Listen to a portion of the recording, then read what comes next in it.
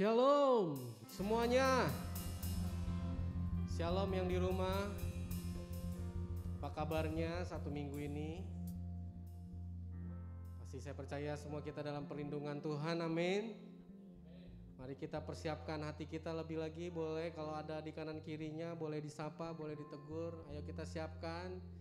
Kalau masih ada pekerjaannya boleh ditinggalkan. Kita mau sama-sama menyembah Tuhan. Yang di studio juga boleh sama-sama kita menyembah Tuhan, meninggikan Tuhan, amin. Kita belajar dari minggu-minggu ini. Kemarin juga Pak Gembala sampaikan berbahagia kita yang Allahnya adalah Tuhan. Belajar juga tentang menempa mata bajak, menerima pedang. Kita yang gak boleh menyerah dengan situasi saat ini. Dan kita percaya hari-hari ini Tuhan membawa kita semakin dekat dengan Tuhan, semakin kuat, semakin bertindak. Amin semuanya. Amin semuanya. Boleh kita kasih kemuliaan yang terbaik buat Allah kita. Kita mau terbang bagai Raja Wali, amin. Di bawah hadirat Tuhan saja kita kuat. Yes.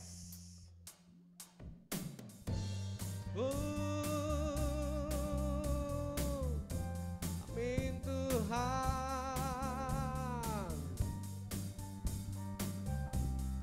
Hadirat Tuhan, di dalam Tuhan,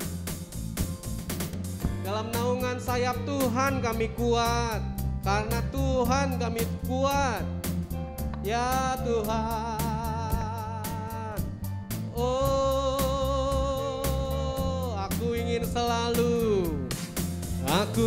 selalu berada di hadirat-Mu, amin. Aku ingin selalu berlindung dalam naungan-Mu, di bawah kepak sayap, di bawah kepak sayap-Mu. Kau bawaku terbang tinggi, melintasi langit biru, bagaikan Raja Wali. Aku ingin selalu berada di hadirat-Mu, selalu. Aku ingin selalu berlindung dalam naungan-Mu, di bawah kepak sayap Tuhan, sayap-Mu. Kau bawaku terbang tinggi, melintasi langit biru, bagaikan Raja Wali. Bagai Raja Wali, bagai Raja Wali, melintasi gunung tinggi, bagai Raja Wali, mengatasi badai hidup, di bawah kepak sayap-Mu.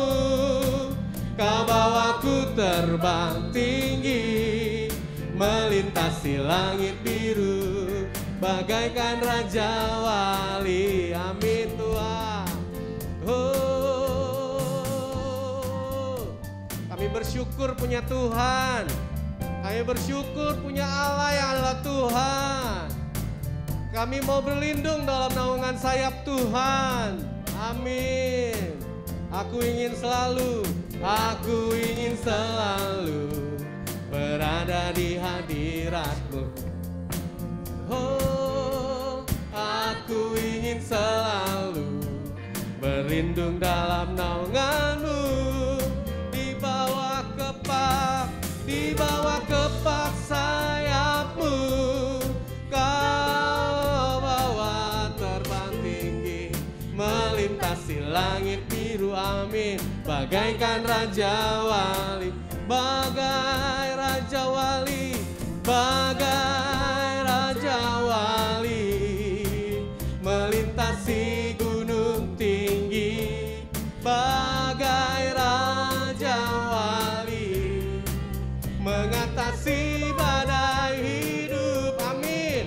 Di bawah kepak sayap-Mu, Kau bawaku terbang tinggi, melintasi langit biru, bagaikan Raja Wali. Katakan lagi dengan iman, bagai Raja Wali, bagai Raja Wali, akan mengarungi Tuhan. Amin. Dengan iman, dengan keyakinan kami kepada Tuhan, di bawah kepak sayap-Mu Kau bawaku terbang tinggi, melintasi langit biru, bagaikan Raja Wali, melintasi langit biru, bagaikan, katakan, mengatasi badai hidup bagaikan Raja Wali, mengatasi badai hidup bagaikan Raja. Sekali lagi katakan, melintasi langit biru, melintasi langit biru, bagaikan Raja Wali. Oh, amin.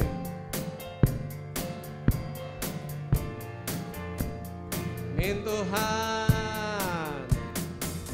Oh, yes. Terima kasih Tuhan.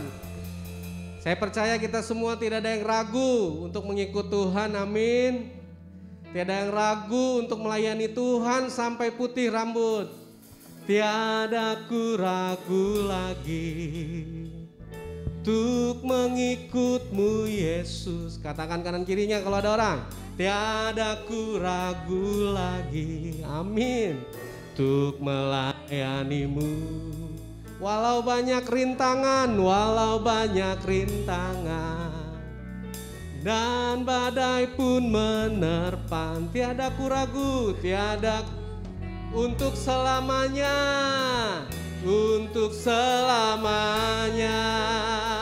yeah. Oh, amin. Terima kasih Tuhan.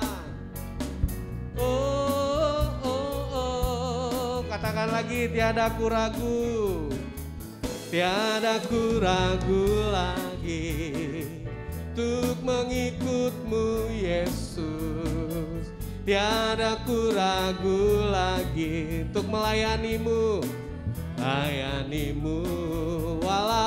walau banyak rintangan dan badai pun menerpa, tiada ku ragu lagi, amin, untuk selama. Yesus, Yesus, Yesus, Yesus, sahabatku, penolong dalam hidupku.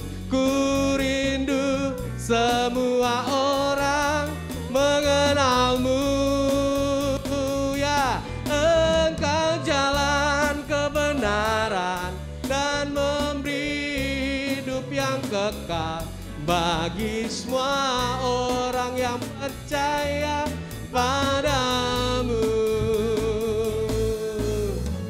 Oh, amin Tuhan, kami gak pernah ragu Tuhan, karena Engkau adalah Allah dan Tuhan kami. Oh, tiada ku ragu lagi,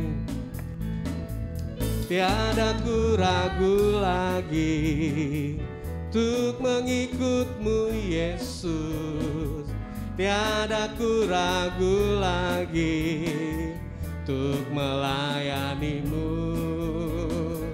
Walau banyak rintangan dan badai pun menerpa, tiada ku ragu lagi untuk selamanya. Oh Yesus, Yesus, Yesus, sahabatku, penolong dalam hidupku. Ku rindu semua orang mengenal-Mu. Oh, Engkau jalan kebenaran dan memberi hidup yang kekal bagi semua orang yang percaya padamu. Katakan lagi, Yesus, Yesus, Yesus, sahabatku, penolong dalam hidupku. Ku rindu semua orang mengenal. Kita aminkan saudaraku, amin. Engkau jalan kebenaran dan memberi hidup yang kekal kekal bagi semua orang yang percaya padamu, bagi semua orang yang percaya, bagi semua orang yang percaya. Katakan lagi, bagi semua orang yang percaya, bagi semua orang yang percaya. Katakan sekali lagi dengan iman, bagi semua orang yang percaya padamu.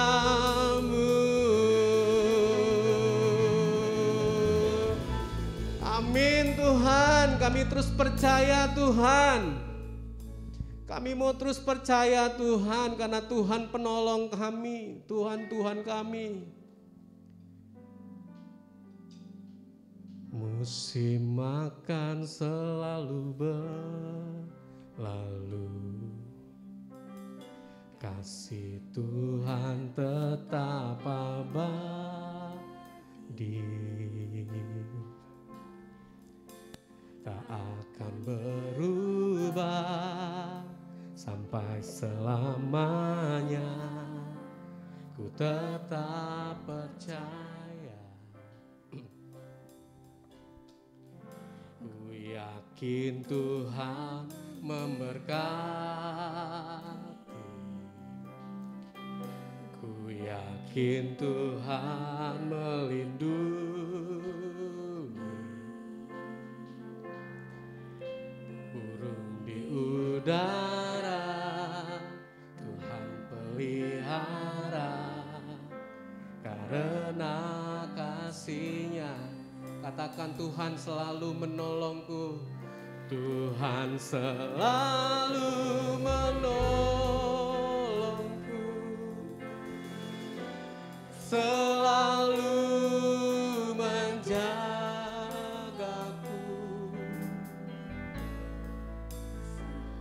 di rambutku, tak akan terjatuh tanpa seizinmu. Tuhan selalu menolongku, Tuhan selalu menolongku, selalu menjagaku. Dia mengenyangkanku dan peliharaku seumur hidupku. Katakan lagi, musim selalu berlalu, kasih Tuhan tetap abadi, tetap abadi, tak pernah berubah sampai selang. Katakan, ku tetap percaya, ku tetap percaya. Oh, ku yakin Tuhan, ku yakin Tuhan memberkati, ku yakin Tuhan melindungi,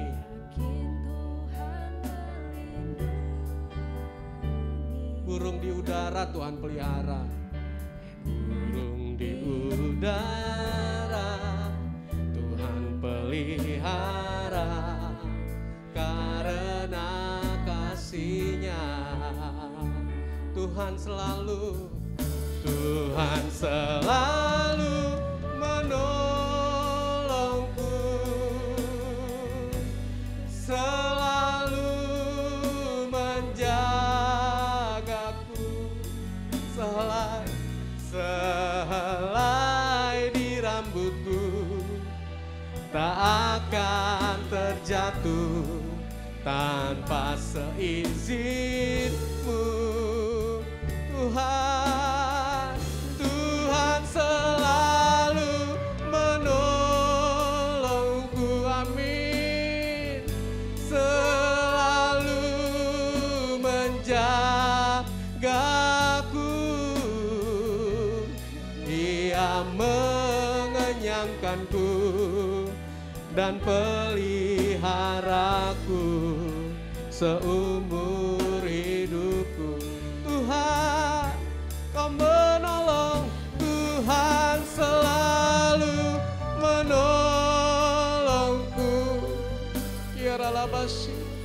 selalu menjagaku,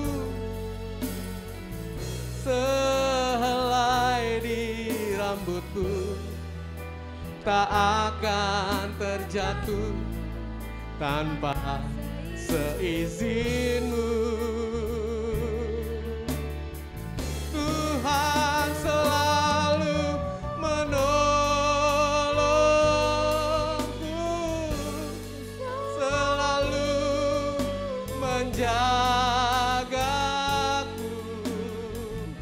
Dia mengenyangkanku dan peliharaku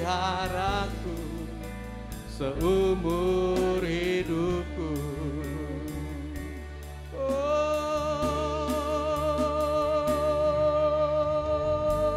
Tuhan, Tuhan, Tuhan,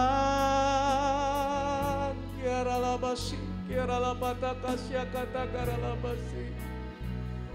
Tuhan, terima kasih. Terima kasih Tuhan, terima kasih Tuhan. Kiara labasik Tuhan, ampuni kami kalau kami ragu Tuhan.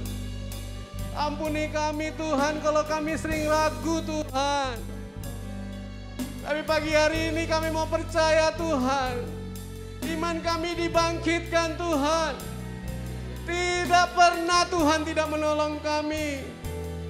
Tidak pernah Tuhan tidak menjaga kami. Tuhan selalu pelihara kami. Tuhan selalu kenyangkan kami. Tuhan yang baik, Tuhan yang baik, Tuhan yang baik. Kau Tuhan yang baik, Kau Tuhan yang baik. Kau Tuhan yang luar biasa dalam hidup kami Tuhan. Kiara labasi, kiara lapataka syakara lamana masih. Oh,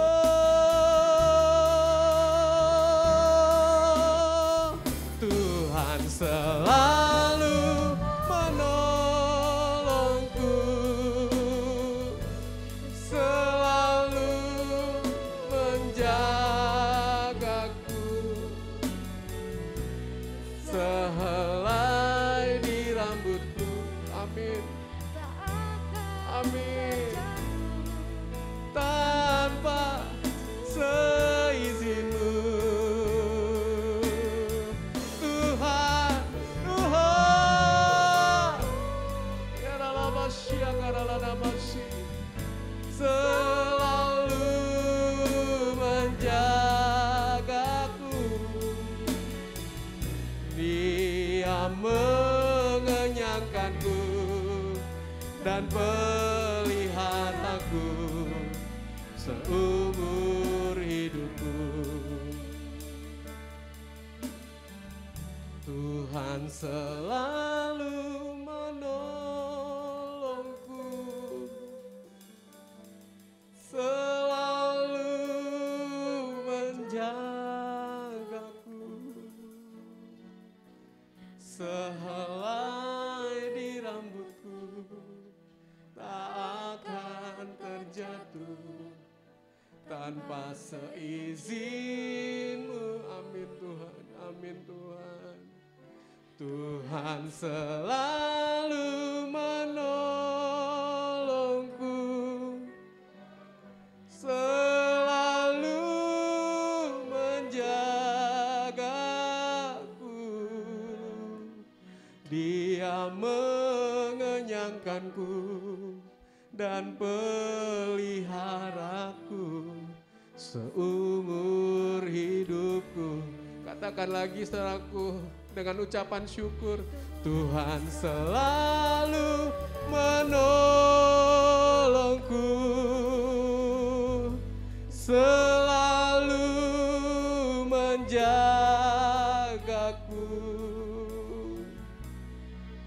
Ia rambutku tak akan terjatuh tanpa seizinmu. Tuhan selalu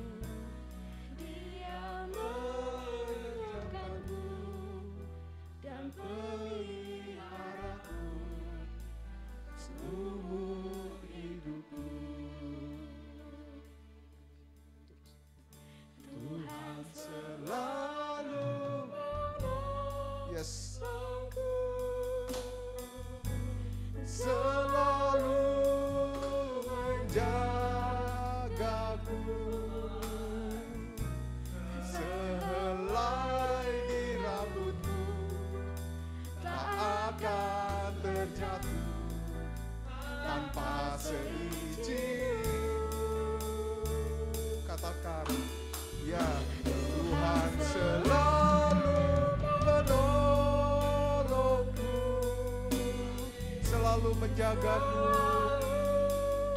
menjagaku.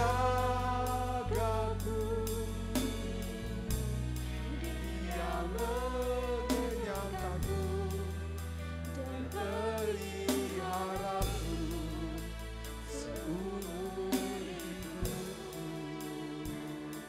Dia mengenyangkanku, mengenyangkanku dan peliharaku seumur hidupku.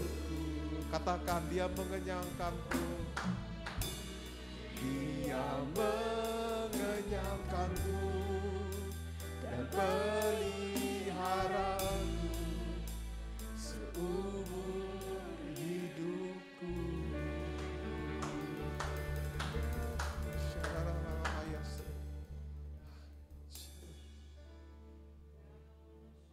Mari kita menyembah Tuhan Allah kita. Kami menyembah-Mu Bapa. Kami menyembah-Mu Tuhan. Kami menyembah-Mu, Engkau Tuhan segala Tuhan, Raja segala Raja, Tuhan kami Yesus Kristus. Syaralama syakara namata syaralama syakara. Yes Lord.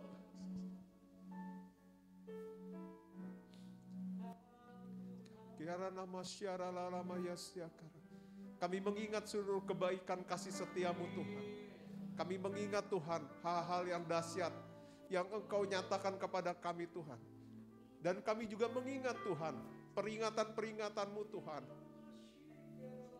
Kami mengingat Tuhan nasihat-nasihat-Mu Tuhan. Kami berdoa Bapa di dalam nama Tuhan kami Yesus Kristus. Pada hari ini biarlah Allah yang membukakan kepada kami Tuhan. Mencelikkan mata kami Tuhan. Membuat kami mengerti Tuhan. Apa yang Allah inginkan ketika Allah memelihara kami. Apa yang Allah mau ketika Allah terus melindungi kami Tuhan. Kami berdoa Bapa. Kami justru menjadi orang-orang yang kuat Tuhan di hadapan Engkau Tuhan. Kami menjadi orang-orang yang kuat Tuhan di hadapan Engkau Tuhan. Dan kami menjadi orang-orang yang bergerak Tuhan. Kami berdoa Tuhan, kami menjadi orang-orang yang tahan banting juga Tuhan. Terima kasih Bapa. Kami berdoa Tuhan, biarlah berkat-Mu melimpah Tuhan. Buat kami yang di sini Tuhan, dan buat yang mendengarkan Tuhan, yang melihat Tuhan di setiap rumah-rumah Tuhan. Melalui handphone mereka, melalui TV, melalui laptop, melalui alat apapun Tuhan. Kami berdoa di dalam nama Tuhan kami Yesus Kristus. Biarlah berkat-Mu melimpah Tuhan, dan biarlah Roh Kudus yang berkarya Tuhan. Roh Kudus yang membuat Tuhan kami mengerti Tuhan. Apa yang Allah inginkan dalam hidup kami. Terima kasih Bapa. Terima kasih Tuhan. Di dalam nama Tuhan kami Yesus Kristus. Kami sudah berdoa dan mengucap syukur. Amin. Ya, puji Tuhan. Selamat pagi Bapak Ibu, saudara-saudara sekalian, baik yang ada di studio maupun yang ada di rumah, atau mungkin yang sedang dalam perjalanan, yang sedang melihat melalui media handphone, atau laptop, atau TV, atau media apapun. Bapak Ibu, saudara-saudara sekalian, kalau kita perhatikan ada satu kekontrasan Bapak Ibu ya, latar belakang adalah padang gurun, tetapi saya menggunakan batik Bapak Ibu ya. Ini baru gaya sekarang ini, ada orang yang pergi ke padang gurun menggunakan batik ya Bapak Ibu ya. Nah tapi kalau kita melihat padang gurun, maka Bapak Ibu pasti akan memikirkan hal-hal yang ada di Alkitab. Nanti kita akan melihat mengenai hal itu. Sebelumnya saya ingin bagikan sedikit Bapak Ibu. Kalau kita merenungkan firman Tuhan, maka kita harus memahami apa yang Allah inginkan melalui firman Tuhan itu.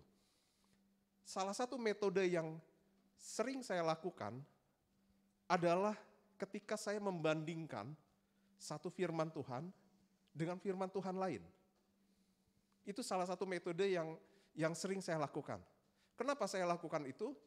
Karena saya harus memahami kontrasnya, bagian-bagian yang tidak dilakukan oleh anak-anak Tuhan dan bagian-bagian yang dilakukan oleh anak-anak Tuhan.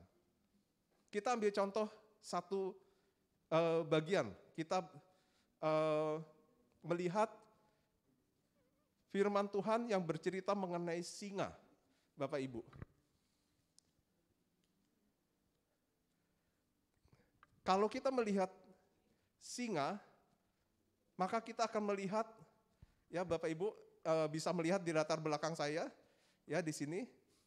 Kalau kita melihat mengenai singa, kita tahu bahwa Tuhan Yesus diumpamakan sebagai singa dari Yehuda.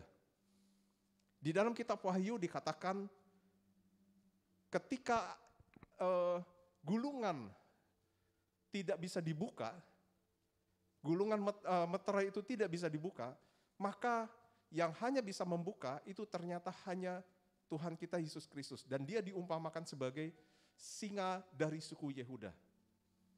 Tetapi Bapak Ibu, kalau kita melihat, ternyata iblis juga mencontek, mengcopy paste mengenai pernyataan singa itu.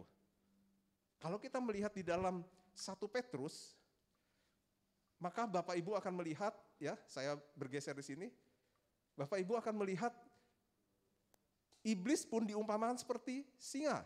Sadarlah dan berjaga-jagalah, lawan musuh iblis berjalan keliling sama seperti singa yang mengaum-aum dan mencari orang yang dapat ditelannya.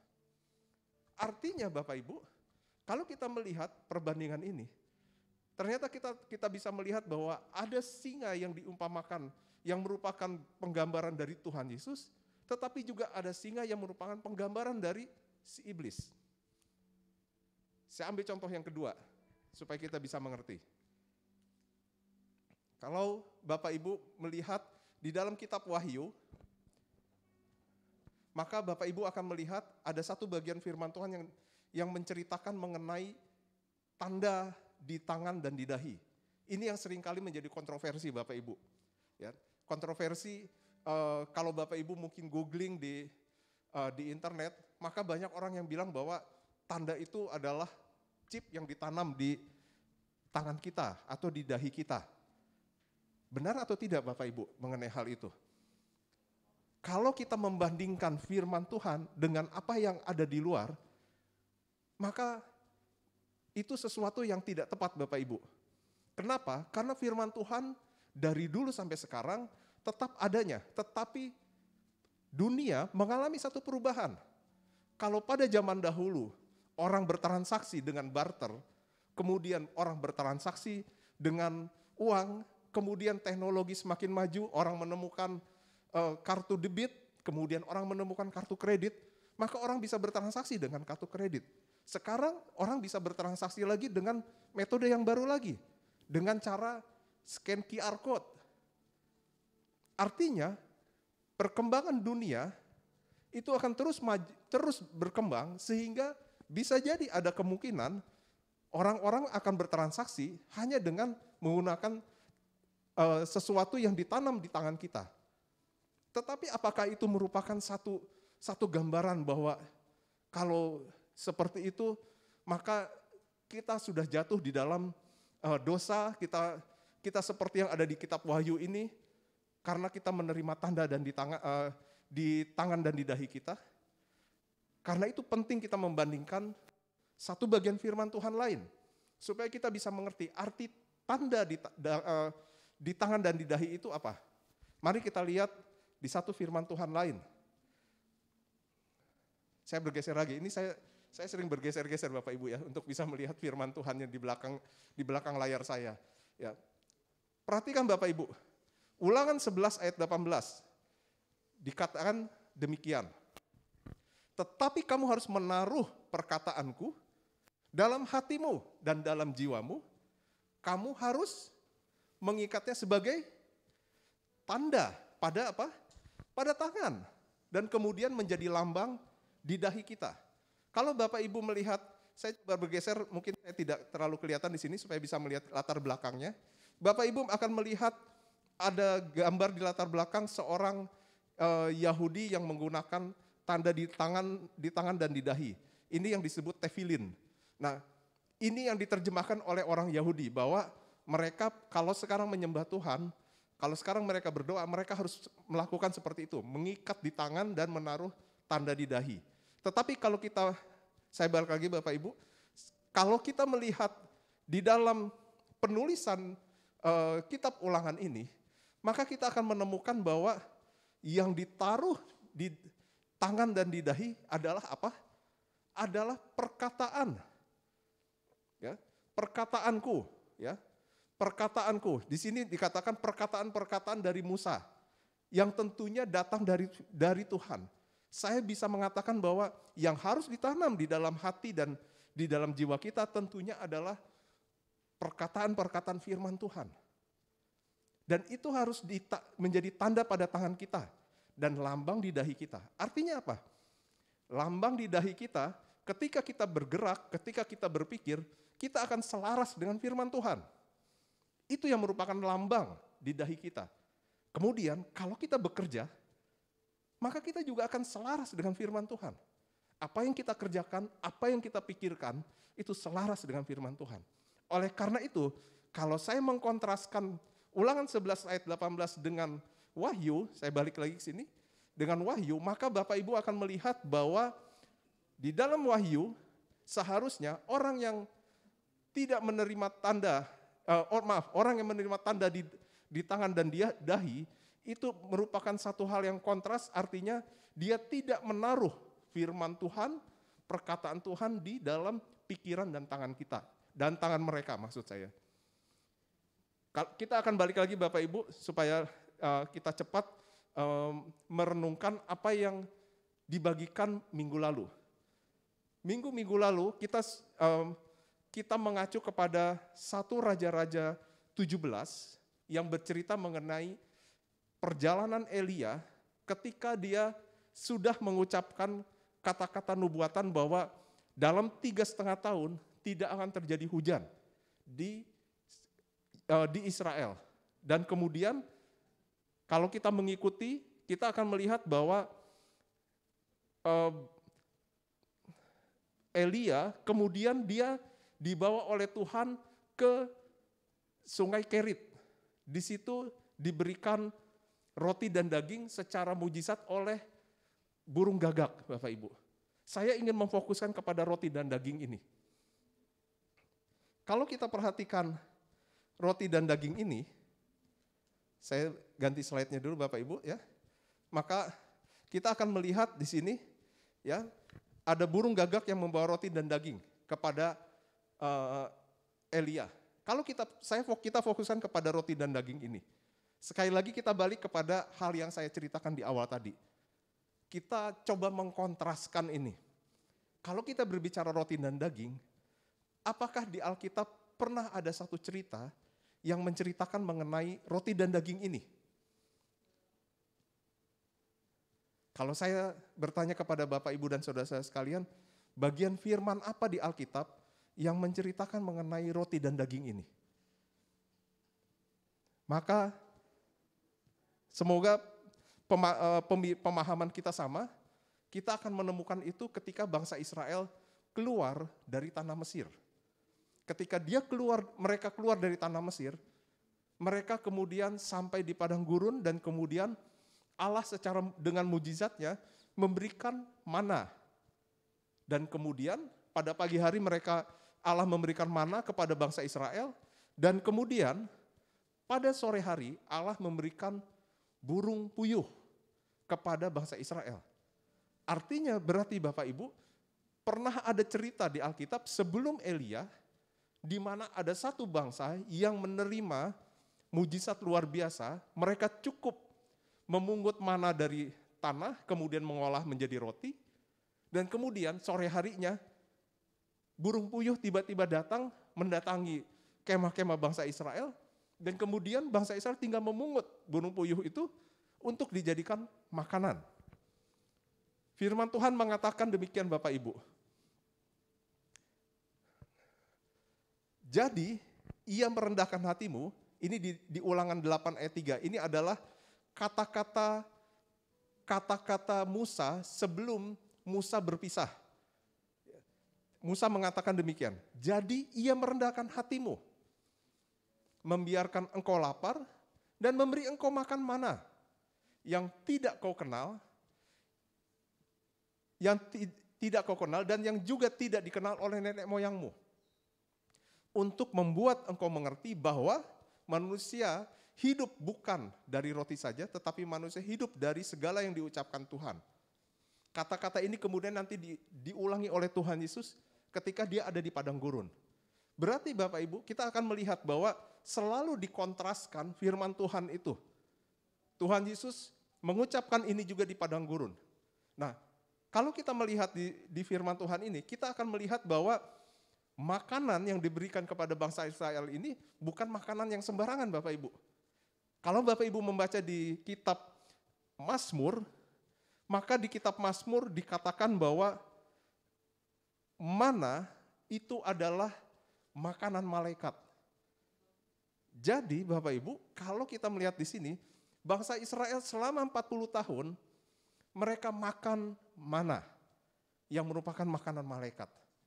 Mari sekarang kita kontraskan dengan firman Tuhan, dengan kejadian yang dialami oleh Elia.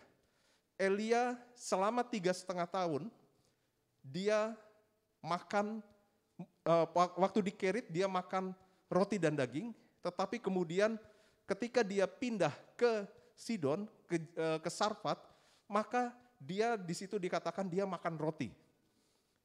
Artinya Bapak Ibu, saudara-saudara sekalian, sepanjang perjalanan Elia 3,5 tahun, makanan yang dimakan oleh Elia apa? Hanya roti dan daging.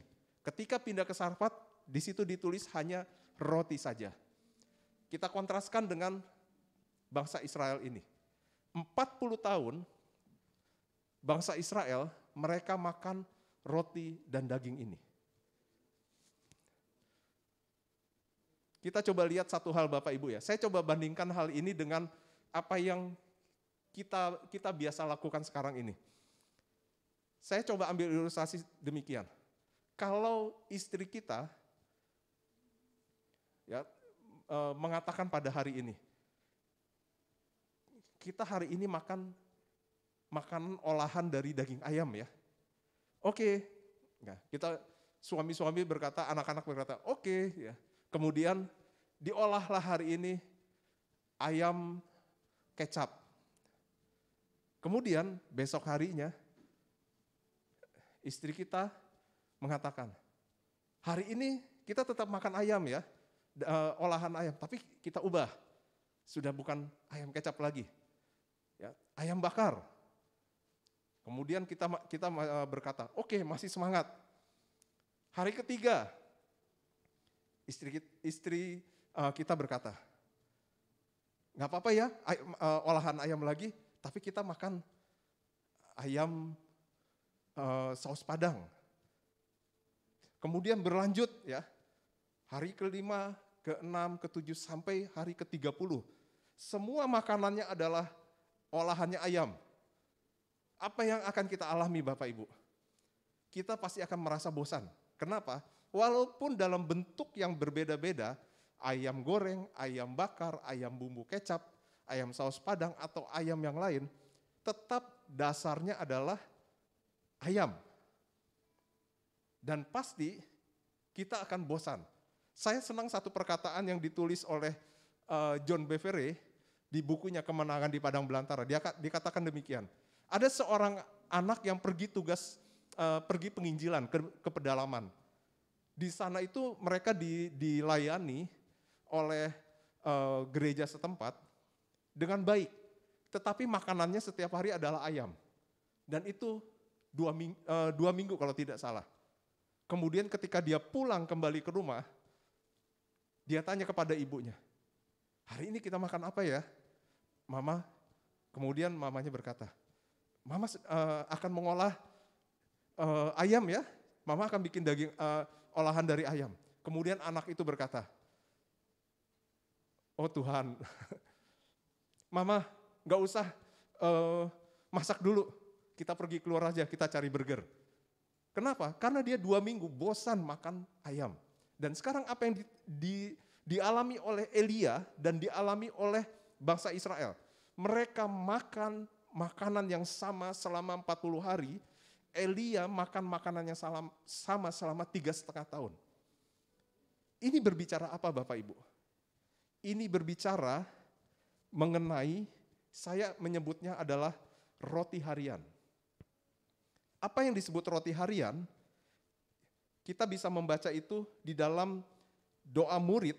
Saya menyebutnya doa murid Bapak Ibu ya, bukan doa Bapa kami. Karena sebenarnya ini doa Tuhan Yesus kepada murid-muridnya. Tuhan Yesus mengajarkan kepada murid-muridnya bagaimana cara berdoa. Dituliskan begini Bapak Ibu, berikanlah kami pada hari ini makanan kami yang secukupnya.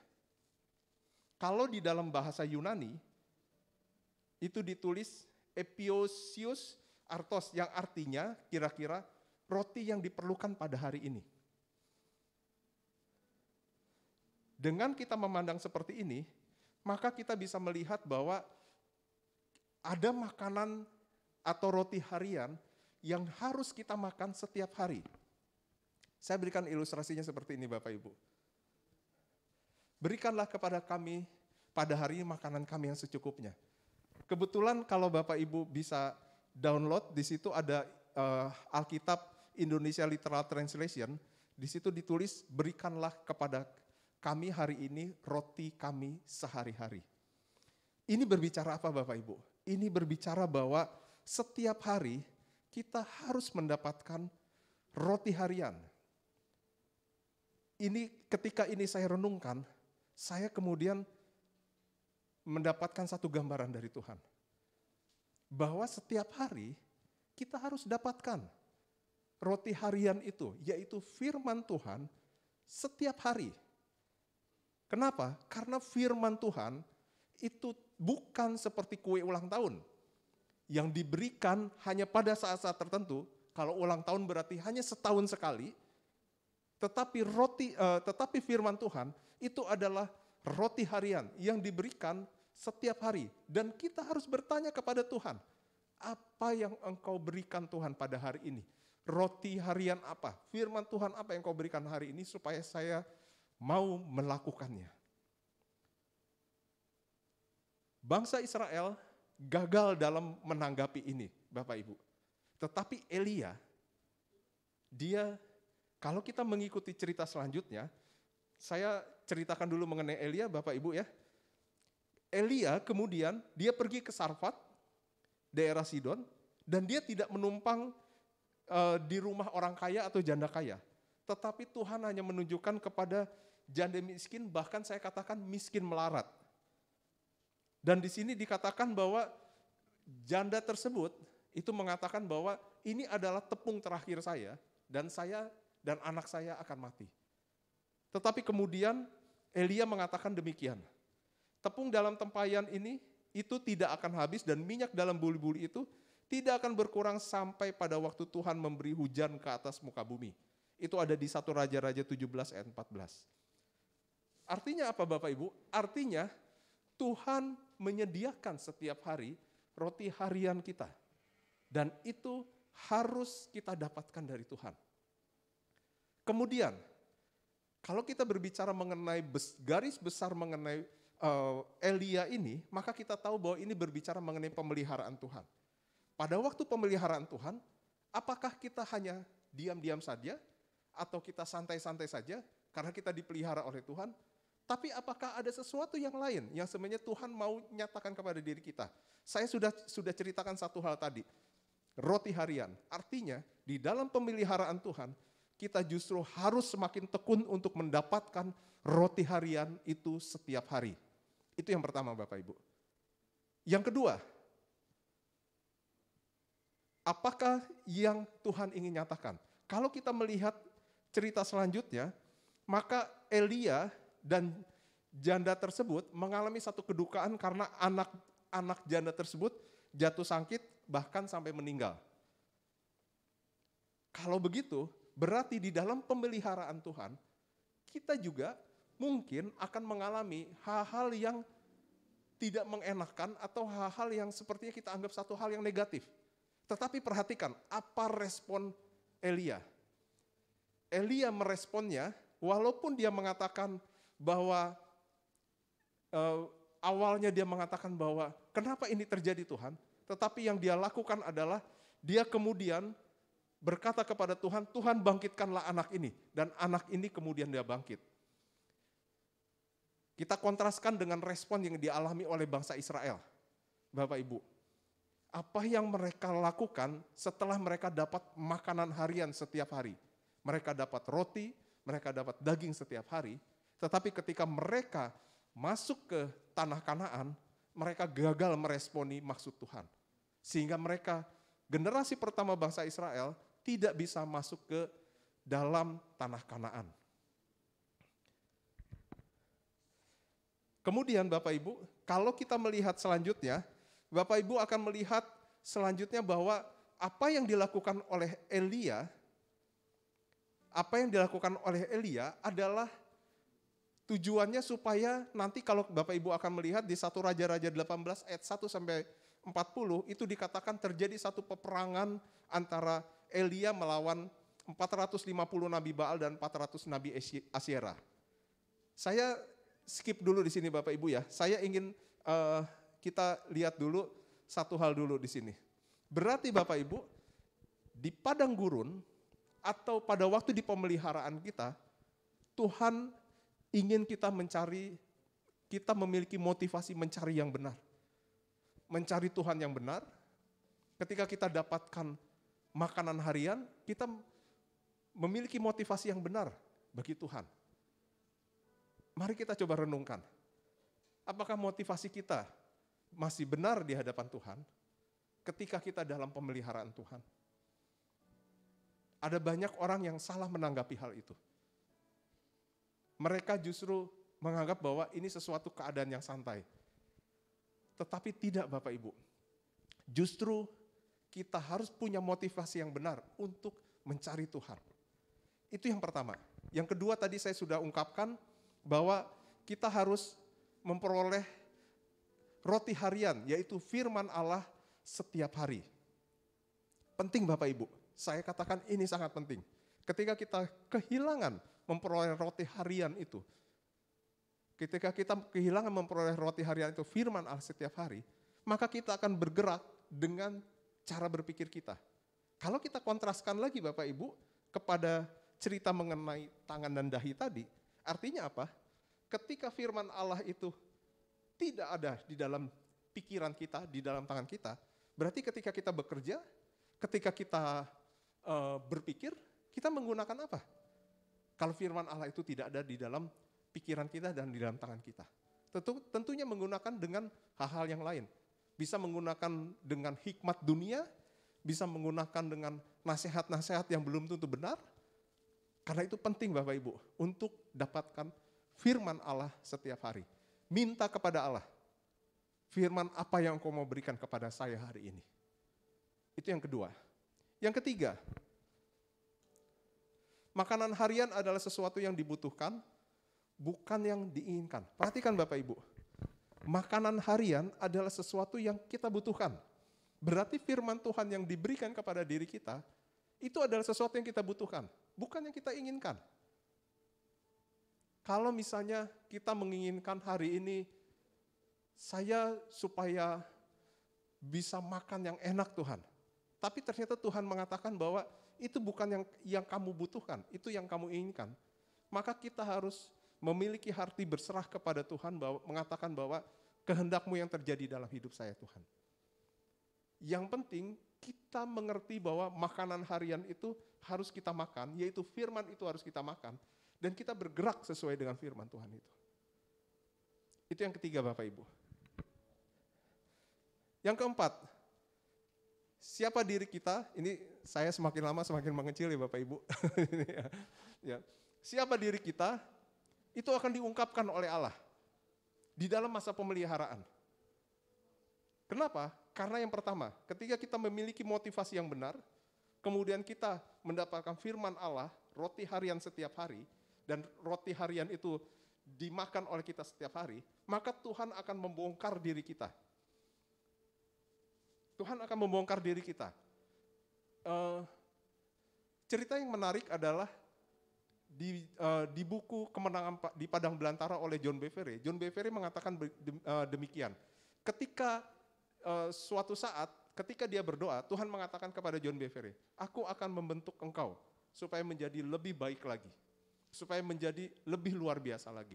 John Bevere kemudian dia mengatakan dengan semangatnya, oke Tuhan, saya bersedia. Kemudian keesokan harinya dalam seminggu atau 2 minggu, John Bevere justru mengalami sesuatu yang kontras. Dia tiba-tiba keluar emosi dia, perasaan marah dia. Rasanya seperti ada yang tidak terkontrol. Dia keluar hal-hal yang buruk yang ada dalam diri dia. Dan ketika dia datang kepada Tuhan, dia bertanya sama Tuhan, kenapa malah ini yang terjadi Tuhan? Bukankah Engkau mau mengungkapkan hal-hal yang besar bagi saya? Dan kemudian Tuhan mengatakan, saya mengungkapkan hal yang besar bagi engkau, oleh karena itu saya harus mengeluarkan terlebih dahulu hal-hal yang buruk dari engkau. Dan engkau mulai diungkapkan apa saja hal-hal yang tidak berkenan bagi Tuhan. Karena itu Bapak Ibu, ketika kita di dalam masa pemeliharaan ini, ketika firman Tuhan itu masuk ke dalam diri kita, biarkan itu membentuk kita. Biarkan itu mengungkapkan siapa diri kita. Kalau itu sesuatu yang salah, sesuatu yang jahat, minta ampun kepada Tuhan. Dan berterima kasih kepada Tuhan karena saya diungkapkan pada saat ini. Ada banyak cerita yang saya dengar mengenai kegagalan, terutama kegagalan di dalam pernikahan, karena orang-orang tersebut menolak untuk menerima pengungkapan yang diungkapkan oleh Allah. Sehingga akhirnya dia gagal di dalam pernikahan. Dia gagal di dalam hubungan dia dengan pasangannya, dengan anak-anaknya. Yang selanjutnya Bapak Ibu, ini berbicara mendisiplinkan diri. Berarti kita harus hidup secara disiplin bagi Allah. Melalui apa? Melalui dengan apa yang Allah nyatakan. Bukankah kita ada doa setiap hari? Bukankah kita ada saat teduh setiap hari? Disiplinkan diri kita untuk hal itu. Di dalam gereja kita ada doa setiap hari Selasa, ada doa murid di setiap minggu pertama, hari Minggu, disiplinkan kita untuk ikut itu. Ada hal-hal yang di-encourage supaya kita maju melayani Tuhan, disiplinkan hal itu. Demikian juga di dalam pekerjaan pun demikian. Disiplinkan kita. Kalau kita diberikan sesuatu yang berbeda atau sesuatu yang memang menjadi tantangan, disiplinkan kita untuk kita bisa memahami. Ini harus kami lakukan seperti apa. Yang selanjutnya, ini yang menarik Bapak Ibu. Ini yang dialami oleh Elia. Pelatihan dan olahraga rohani. Kalau saya balik lagi Bapak Ibu ya. Kalau kita melihat tadi Elia, ketika itu anak dari janda itu meninggal. Dan kemudian Elia, walaupun dia sempat mengeluh kepada Tuhan, tetapi dia kemudian datang kepada Tuhan dan membangkitkan anak itu. Apa tujuannya sebenarnya Bapak Ibu? Kalau Bapak Ibu melihat nanti di 1 Raja-Raja 18 ayat 1 sampai 40, di situ dikatakan terjadi satu pertarungan antara Elia dengan 450 nabi Baal dan 400 nabi Asyera. Berarti satu orang melawan 950 orang. Kalau Elia tidak mengalami satu pembentukan terlebih dahulu, bagaimana dia mendapatkan bahwa Allah sendiri berkarya dengan luar biasa bahkan membangkitkan anak dari janda ini, maka saya merasa bahwa Elia belum tentu dia sanggup berhadapan dengan 950 orang tersebut. 1 lawan 950. Dan oleh karena itu, kalau Bapak Ibu melihat, ketika Elia sedang berhadapan, maka pada waktu dia mempersembahkan korban, apa yang dilakukan? Dia lakukan adalah korban itu ditaruh di atas batu tersebut, kemudian dicurahkan air sampai 3 kali, sampai membentuk air di parit. Dan kemudian Allah menjawab doa Elia. Pelatihan dan olahraga rohani dimaksudkan adalah pasti ada sesuatu di depan yang besar yang Allah sediakan bagi diri kita. Amin Bapak Ibu. Kita lihat di satu firman Tuhan di sini.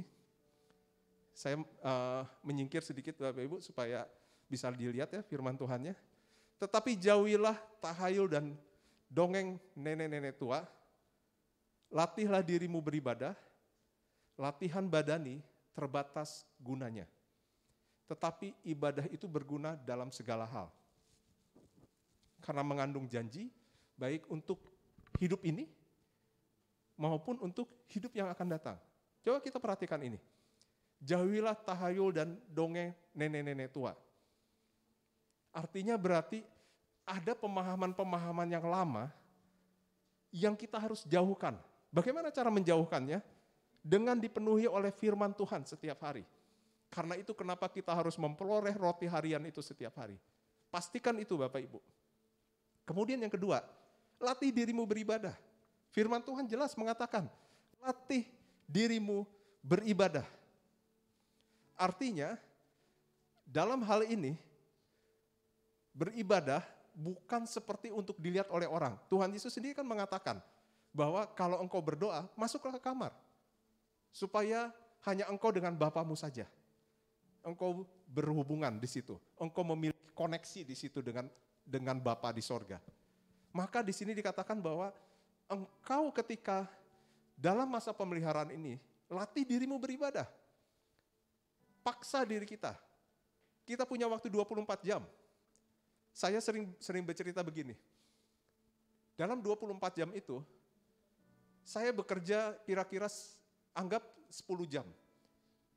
10 jam berarti 24 dikurangin 10, 14. Perjalanan saya dari rumah ke kantor itu membutuhkan waktu 2 jam, pulang balik berarti 4 jam.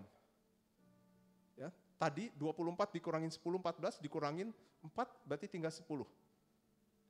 Kalau kita tidur, anggap kita tidur maksimal 8 jam, berarti kita masih ada tersisa 2 jam.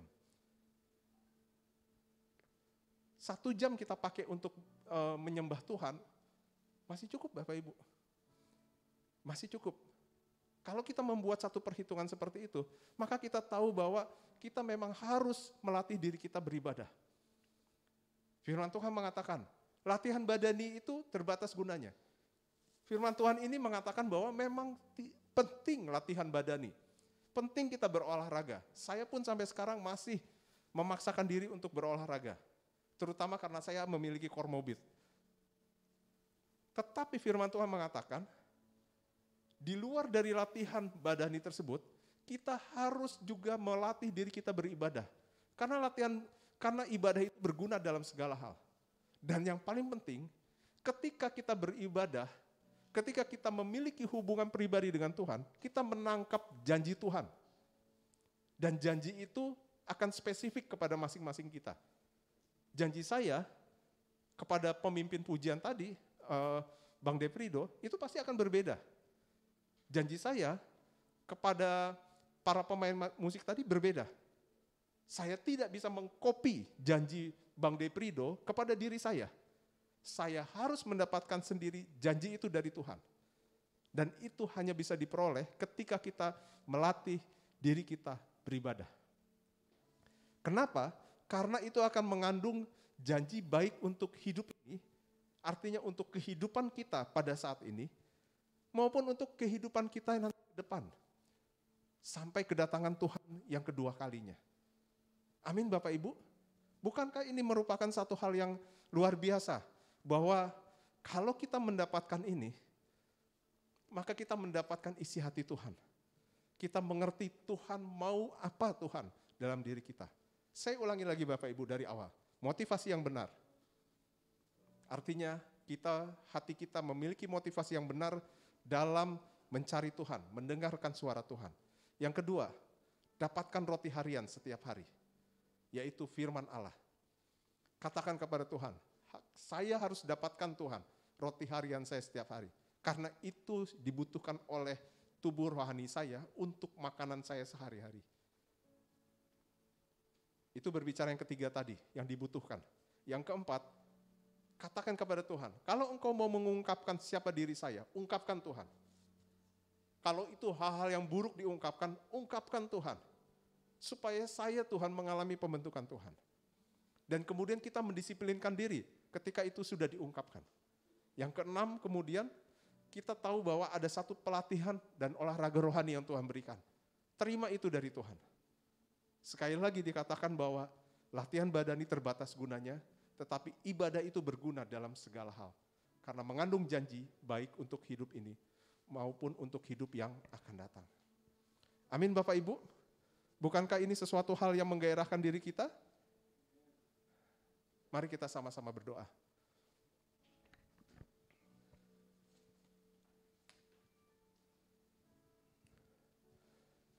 Kami berdoa Bapa di dalam nama Tuhan kami Yesus Kristus. Terima kasih Bapa buat anugerah kasih setiamu Tuhan pada hari ini. Kami tahu Tuhan, hidup kami Tuhan mungkin seperti bangsa Israel Tuhan, yang ada di padang belantara. Tetapi kalau Engkau ada di situ Tuhan, bukankah itu sudah lebih dari cukup Tuhan? Kami berdoa Bapa di dalam nama Tuhan kami Yesus Kristus. Kami melihat Tuhan, pemeliharaan pemeliharaan Engkau kepada Elia Tuhan. Pemeliharaan Engkau Tuhan kepada bangsa Israel. Kami berdoa di dalam nama Tuhan kami Yesus Kristus. Biar Allah yang terus menjagai dan memelihara kami Tuhan. Dan kami berdoa Bapa, agar kami mendapatkan Tuhan, isi hatimu Tuhan. Kami berdoa yang pertama Tuhan, supaya kami memiliki motivasi yang benar Tuhan, dalam mencari Engkau Tuhan. Yang kedua, kami berdoa Tuhan, supaya kami Tuhan mendapatkan roti harian itu setiap hari. Kami berdoa di dalam nama Tuhan kami Yesus Kristus. Roti harian itu biarlah kami peroleh Tuhan setiap hari. Yaitu firman itu. Kalau kami tidak memperolehnya, kami katakan berikan kepada kami Tuhan roti harian itu setiap hari. Kami berdoa Bapa, biarlah itu merupakan sesuatu yang dibutuhkan oleh diri kami Tuhan. Sehingga kami mengalami satu pertumbuhan.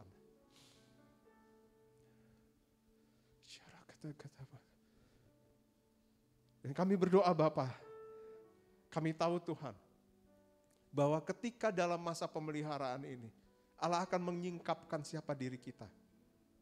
Singkapkan Tuhan, baik itu yang buruk atau sesuatu yang baik. Kami berdoa singkapkan itu Tuhan bagi diri kami.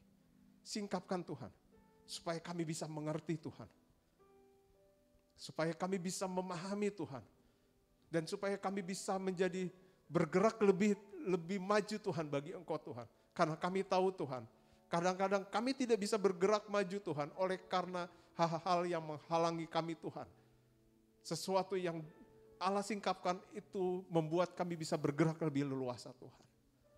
Kami berdoa Bapa di dalam nama Tuhan kami Yesus Kristus, biarlah Tuhan kami mendisiplinkan diri dan kami berdoa Tuhan. Kami tahu Tuhan di dalam masa pemeliharaan ini kami juga pasti akan mendapatkan pelatihan dan olahraga rohani dari Engkau Tuhan. Ungkapkan itu Tuhan kepada diri kami Tuhan. Biarlah kami mendisiplinkan diri Tuhan sehingga otot-otot rohani kami menjadi kuat Tuhan. Kaki kami Tuhan secara rohani menjadi kuat Tuhan. Sehingga ketika kami pergi Tuhan, kami kuat Tuhan. Ketika kami mengangkat beban Tuhan, beban yang dialami oleh rekan-rekan, beban yang dialami oleh orang-orang yang kami doakan Tuhan. Kami memiliki otot rohani yang kuat Tuhan untuk mengangkat itu.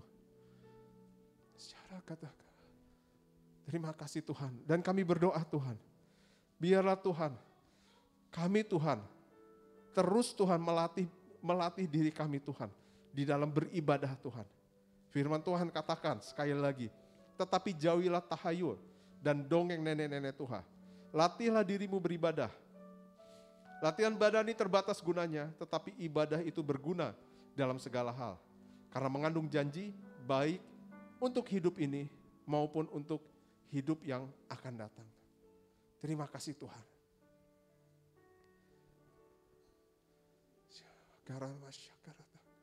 Terima kasih Tuhan. Selalu menolongku, selalu menjagaku, helai di rambutku tak akan terjatuh tanpa seizinmu. Bukankah ini menarik Bapak Ibu? Ya, Tuhan selalu menolongku. Longku selalu menjagaku. Dia mengenyangkanku dan peliharaku seumur hidupku. Kita katakan sekali lagi, ya, Tuhan selalu menolongku, selalu menjagaku, selalu menjagaku. Amin Bapak Ibu. Bahkan sehelai di rambut kita itu tidak akan terjatuh kalau tidak seizin Dia. Yes Lord. Tuhan selalu menolongku, selalu menjagaku, lalu menjagaku. Dia mengenyangkanku dan peliharaku seumur hidup. Dia mengenyangkanku dan peliharaku seumur hidup. Kami berdoa Bapa di dalam nama Tuhan kami Yesus Kristus, karena kami tahu siapa Allah yang kami sembah. Allah yang memberikan pelatihan kepada kami, Allah yang mengangkat kami Tuhan, Allah yang membuat otot-otot rohani kami Tuhan semakin bertumbuh. Kami berdoa Bapa di dalam nama Tuhan kami Yesus Kristus, agar kami Tuhan menjadi orang-orang yang bersemangat Tuhan di hadapan Engkau Tuhan, bergairah bagi Engkau Tuhan. Kami berdoa Tuhan sekali lagi, berikanlah firman-Mu Tuhan setiap hari, firman harian, roti harian itu Tuhan, sehingga kami Tuhan terus dipenuhi oleh firman-Mu, sehingga apa yang kami kerjakan, tangan kami Tuhan, apa yang kami pikirkan, dahi kami Tuhan, itu hanya sesuai dengan firman Tuhan. Dan kalau itu terjadi, maka Tuhan kami tahu itu sesuai di dalam kitab Ulangan. Kami menaruh Tuhan, perkataan Engkau Tuhan, di dahi kami dan di tangan kami Tuhan. Dan kami tidak seperti yang dikatakan di kitab Wahyu Tuhan. Kami Tuhan tidak menaruh perkataan di dalam perkataan Engkau di dalam pikiran dan tangan kami Tuhan. Sehingga kami menjadi orang-orang yang terhilang Tuhan. Kami berdoa Bapa di dalam nama Tuhan kami Yesus Kristus. Bukakanlah terus Tuhan isi hati-Mu Tuhan kepada diri kami Tuhan. Bangkitkan hati kami Tuhan untuk semakin mengasihi Engkau Tuhan. Terima kasih Bapa.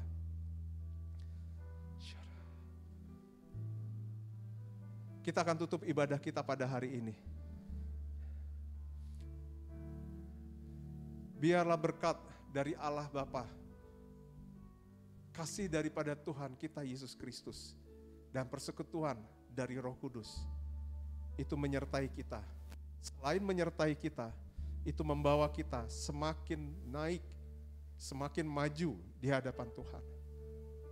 Biarlah berkat Allah itu justru membuat kita semakin bersemangat, semakin mengasihi Engkau Tuhan, semakin membuat kami bergairah bagi Engkau Bapa. Terima kasih Bapa, terima kasih. Di dalam nama Tuhan kami Yesus Kristus, kami sudah berdoa dan mengucap syukur. Mari kita sama-sama katakan, amin. Tuhan memberkati. Tuhan memberkati Bapak Ibu yang ada di rumah, yang ada di perjalanan, bahkan yang ada di studio ini. Tetap jaga kesehatan, tetap pakai masker, ikuti aturan pemerintah. Tuhan memberkati.